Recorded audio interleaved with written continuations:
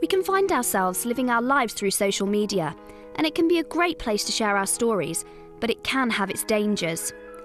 I fell victim to something deeply personal when someone stole my identity to become me online. It's a huge growing problem. The cases that we've dealt with over the years have gone up 25%, 30% each year.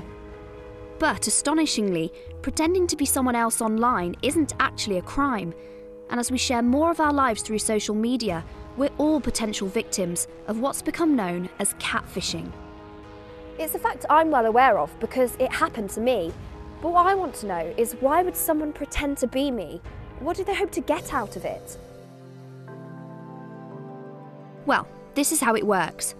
The scammer, the catfish, steals pictures or video posted online. A fake identity is created. If the catfish successfully reels someone into an online relationship, that person has been catfished. Sometimes, of course, money's the motive, but not always. Laura Lyons is a private investigator who specialises in catfishing cases. She says people want the thrill of a relationship online because they struggle in real life, even if the catfish knows they can never meet in person. They can't meet somebody in the real world, so they'll take somebody else's identity and pretend to be them online in order to start up a relationship with somebody. Makes them feel a lot better, so it's kind of that fantasy world, and obviously romance, that they feel that they would probably, they're attracting somebody, better than they would in real life, if you like. My identity and photos were used by a catfish in an online chat room. The first I heard of it was when a stranger contacted me directly on my mobile via Facebook Messenger. I just kept getting message after message after message, and it went on all day long and for days afterwards, and it was just constant. There was no escaping them. Why aren't you speaking to me? If you don't speak to me, I'm going to get in touch with your friends. We need to sort this out. What are you doing? Why are you doing this to me? And it was really constant, so the messages just kept coming and coming.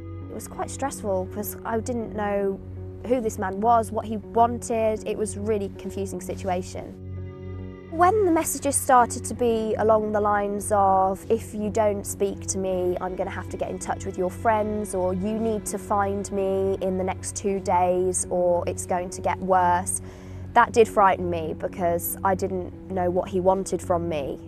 But I still ignored him, and then he did get in touch with one of my friends who told me what he'd said.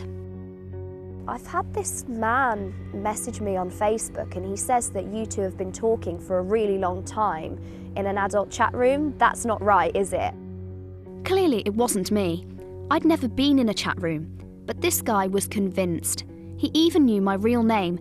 He said that he'd been talking to me every night for a really long time. And suddenly it started to make sense. Here was someone who thought they'd been talking to me in an adult chat room, who was now trying to make contact with me in person, the cyber world meeting the real world. He was after answers, and he genuinely thought that we were in a relationship with each other.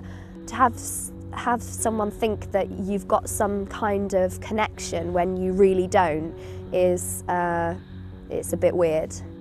I went to the police, but they didn't help. In fact, they told me the person had done nothing illegal. Joe Richards also had his identity stolen. So it's your picture, but someone else's name? Yeah, it's someone else's name, someone else has written that kind of hit me up. That's not my style. No. The first Joe knew about it was when his friend spotted his photos on a fake profile in an online dating site. Like me, he had lots of questions. How widespread is this? Are there multiple accounts that use these photos? Mm-hmm. And I suppose there's an element of your case. Am I going to start getting messages from people that have messaged this person? Mm-hmm. I'm worried if someone who'd messaged that account ends up messaging me to say, where were you? Why did you stab me up? You scammed me out of money. Yeah. And like me, Joe was surprised to hear it wasn't a crime. It's identity theft in the same way, stealing a passport or driver's licenses. But in my case and Joe's case, the use of our pictures online wasn't criminal, so there wasn't anything that we could do about it. With catfishing, the emphasis is on prevention rather than cure, with the government saying it's up to online services to protect their users and help them spot the danger signs. The Online Dating Association say, "We strongly encourage people to use messaging services within the dating service, not to be charmed too quickly away from the service, and never ever to respond to someone asking for money. Report any such approaches to the dating service and to Action Fraud, so we can work with them to end this harm." But people are still being caught by the catfishers, and many people are turning to private investigators for help. You've got the victims who are being catfished, and then you've got the victims who've had their identity stolen. And you know, it's as upsetting for both sides. Personally, I'd like catfishing to be made completely illegal, because I think that, you know, in dealing with the victims and the people who've had their identity stolen, you know, it's extremely emotionally damaging for people. In the absence of any laws around catfishing, it's up to us to keep ourselves safe online. So what can we do? So I always, you know, give the advice that obviously if you're on social media, make sure your profiles are private. Do not accept anybody on Instagram or Facebook that you don't know.